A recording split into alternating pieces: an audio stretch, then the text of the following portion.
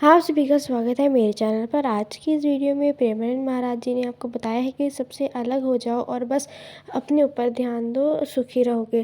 तो बिना देरी के हम वीडियो को शुरू करते हैं। इस वीडियो को प्लीज़ लाइक कर देना, चैनल पे नए हो तो चैनल को सब्सक्राइब कर देना। तो चलिए हम अपनी वीडियो की तरफ चलते हैं। अरे प्रभु को गिन गिन के गालियां देता था शिशुपाल। ये जब शिशुपाल प्रकट हुआ तो बुआ का ही लड़का था, 4 भुजाएं थी।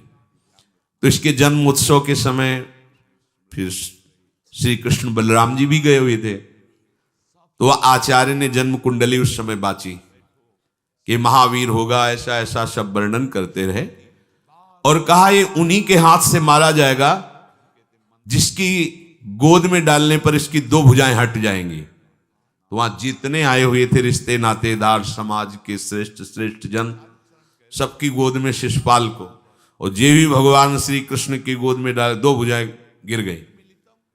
रो करके उनकी बुआ ने कहा कि मैं भिक्षा मांगती हूं कि मेरे बालक की आपके हाथ से हत्या नहीं होनी चाहिए, तो उनका 100 अपराध क्षमा करता हूं। तो उन्होंने सोचा 100 अपराध काहे को करेगा, का 100 अपराध तक मैं इसे बिल्कुल कोई दंड नहीं दूंगा, वचन देता हूं। ये जब से तोतली वाली बोलना शुरू किया तब से भगवान को गालियां देना शुरू किया था। इसका स्वभाव ही ये वैर, पूरा ऐसा वैर, भगवान को गालियां देता। जिस समय सब धर्मात्माओं राजाओं की सभा भरी हुई थी और भगवान श्री कृष्ण की अग्र पूजा हुई, सब तो सह गए, शिशुपाल खड़ा हो गया और ऐसे कटु वचन बोले। महाभारत में लिखा, हमने स्वाध्याय में पढ़ा था, ऐसे कटु वचन बोले कि कोई भी नाराज हो जाएगा उससे। तो पहले भीमसेन खड़े हुए और कहा कि अपने बड़ों का सम्मान करना सीख, क्योंकि भाई ही लगता है।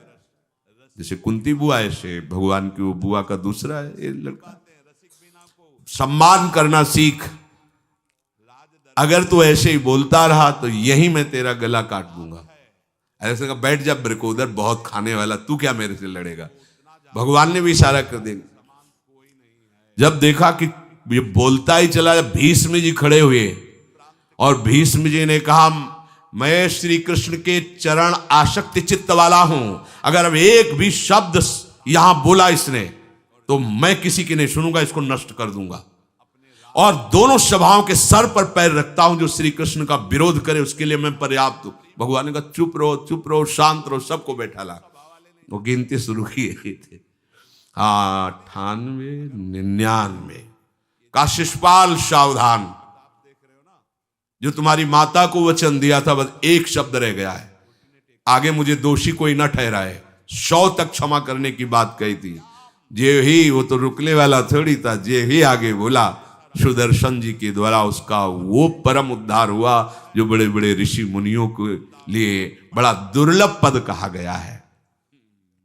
गोपीजनों ने सौंदर्य माधुर्य निधि भगवान को अपना कांत माना, प्रीतम माना। एक ही वृत्ति, कितनी गजब की वृत्ति गोपीजनों की है कि सब कार्य करते हुए कृष्णाकार वृत्ति है। बेचने दही जा रहे हैं, बोल रहे कोई कृष्ण ले ले, दामोदर ले ले, माधव ले ले। कैसी वृत्ति है, देखो कैसी उच्च कोटि की अवस्था है। किसी भी भाव से हमारे प्रभु से जुड़ जाए तो इच्छा द्वेष द्वंद्वों से वो मुक्त हो जाए। और जब तक ये ठीक है, ये बेठीक है, इस तरह के द्वंद्व तुम्हारे हृदय में बने रहेंगे, तब तक मूढ़ता रहेगी और उससे पतन होता रहेगा। संसार का संबंध दृढ़ होता है इच्छा से। बहुत सुंदर बात है, संसार का संबंध दृढ़ होता ही है इच्छा से। इच्छा खत्म, संसार का संबंध खत्म। कितनी बढ़िया बात है। पर हम भागे घूम रहे हैं इच्छाओं की पूर्ति के लिए। जब एक बता दिया कि समुद्र है भगवान, जो चाहिए इन्हीं से क्यों नहीं, पर इनसे मिलने के लिए भी तुम्हें शराब छोड़ना पड़ेगा, तुम्हें मांस छोड़ना पड़ेगा, व्यभिचार छोड़ना पड़ेगा, गंदे चिंतन छोड़ने पड़ेंगे। वो राजी नहीं हो तो करो पाप और चाहो सुख। ऐसा कैसे हो सकता है? यही है जीव की परेशानी, यही है।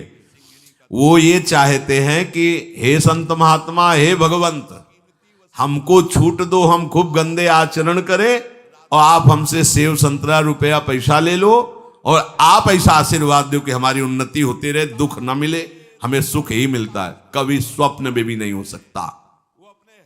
तब लग कुशल न जीव कहूं सपने हूं मन विश्राम, जब लग भजत न राम कहूं शोक धाम तज काम।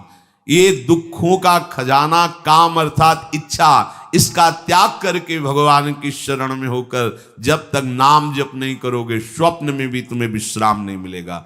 और नाम जप एक गंदे आचरण करने वालों के हृदय में नहीं हो सकता। नाम परम पवित्र है। ये तभी होगा जब आपका खान पान सात्विक हो, आपका वातावरण सात्विक हो, आपका बोलना उठना बैठना सब सात्विक हो, तब नाम भगवान कृपा करेंगे आपकी जिह्वा। फिर कौन सी इच्छा रह जाएगी? कौन सी इच्छा रह जाएगी? अरे आप विश्वास कीजिए, ये जितनी इच्छाएं हैं सब स्वाप्निक हैं। जब आप सच्चा विवेक धारण करेंगे तो आपसे पूछा भी जाएगा कि जबरदस्ती केवट से कह रहे ले लो, वो कह रहा आप कछुनाथ न चाहिए मोरे, नहीं चाहिए। प्रहलाद जी कह रहे वरदान मांगो, हमारी आज्ञा का पालन करो, तो कह रहे हाँ आपकी आज्ञा का पालन करता हूं, हे नाथ मुझे यही वरदान दीजिए कि आपसे भी कोई इच्छा न रहे। ये वरदान मांगा कि आपसे भी कोई इच्छा। आप सोचो क्या है ऐसा भागवतिक रस कि जिसको वो मिला तो भगवान से भी कह देते। और भक्त तो बड़े विचित्र विचित्र है, वो भगवान से कहते तुम्हारी इच्छा क्या है प्यारे? बोलो हम पूर्ण करते हैं। तुम्हारी इच्छा क्या है? हमारी तो कोई इच्छा ही नहीं। आप बोलो आपकी इच्छा क्या है? आप क्या चाहते हो? मैं कैसे आपको रिझाऊं? ये जब कामना को लेकर के मनोवृत्ति का प्रवाह संसार की तरफ होता है, तब ये कामना ही हमें राग द्वेष में बांध देती है। जो महापुरुषों ने उपासना करके शास्त्र स्वाध्याय करके अनुभव किया है, उसे ध्यान से सुनो। इच्छाओं से बचने का उपाय, इच्छा ही आपके बंधन का कारण है, इच्छा ही जन्म मरण का कारण है। इच्छाओं से बचने का उपाय, कर प्रमाद मत बनो आलसी, करो सुचारु रूप से काम, अपना काम स्वयं करने में लाज बड़प्पन तजो तमाम। पहली बात, शरीरधारी को किसी दूसरे शरीर से अपने शरीर की सेवा तब तक नहीं लेनी चाहिए जब तक बीमार ना हो जाए, असमर्थ ना हो जाए, चाहे गृहस्थ में हो चाहे विरक्त में हो। ध्यान दीजिए, आप चाहे आपकी पत्नी हो, पुत्र हो, परिवार हो, आप उनके सेवक हैं, क्योंकि वो सब प्रभु के जन हैं। इस भावना से रहोगे, कभी नाराज नहीं होगे, कभी गुस्सा नहीं आएगा, कभी झगड़ा नहीं होगा। अगर आप अपने को ये माने कि प्रभु मेरे इस रूप में आए हुए हैं, मुझे अपने कर्तव्य का पालन करना है, तो कहीं झगड़ा नहीं हो सकता। तुम जो कर रहे हो तुम्हारा कर्तव्य, हमारा कर्तव्य है कि हम पति पुत्र परिवार आदि जो भी है, ये हमारे भगवान का स्वरूप है। मैं आप समझो वही भगवत साक्षात्कार, पर ऐसा कौन मानता है? अच्छा, साधु वेश में ये जरूर सावधानी रखनी चाहिए। ध्यान देकर सुनिए, जब तक आपका शरीर स्वस्थ है, आप किसी से किसी भी प्रकार की सेवा स्वीकार न करें। भिक्षान्न के सिवा कोई भी सेवा स्वीकार न करें। अपने शरीर की सेवा तब तक करें जब तक आपका शरीर असमर्थ नहीं हो जाता। असमर्थ हो गए तो फिर हरि ही करें आकर स्वयं, या किसी को भेज दें, उनके बस की बात है। देखो माधवदास बाबा की लंगोटी स्वयं श्री ठाकुर जी महाराज धो रहे हैं।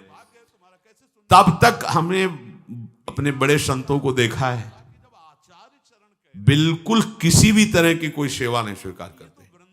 अपनी दिनचर्या अपने हाथ से, अपने शरीर की पूरी। आपको क्या हो गया है? आप भी वैसे ही चलो जैसे गुरुजन चले हैं, भिक्षान्न के सिवा। आप अपनी किसी भी तरह की सेवा किसी से मत करवाइए। आप देखो इच्छाओं का दमन होना शुरू हो जाएगा। यहीं से इच्छाओं का दमन शुरू हो जाता है। आप सच्ची मानिए, ये जो आप, मैं आशा करती हूँ कि आपको मेरी वीडियो अच्छी लगी होगी, तो इस वीडियो को प्लीज़ लाइक कर देना। चैनल पर नए हो तो चैनल को सब्सक्राइब कर देना। सब्सक्राइब के पास वाले बेल आइकन को प्लीज़ क्लिक कर देना, ताकि मेरी न्यू वीडियो की नोटिफिकेशन सबसे पहले आप तक पहुँच पाए। कमेंट बॉक्स में जरूर बताना कि आपको मेरी वीडियो कैसी लगी। Thank you everyone, thanks for watching, bye bye.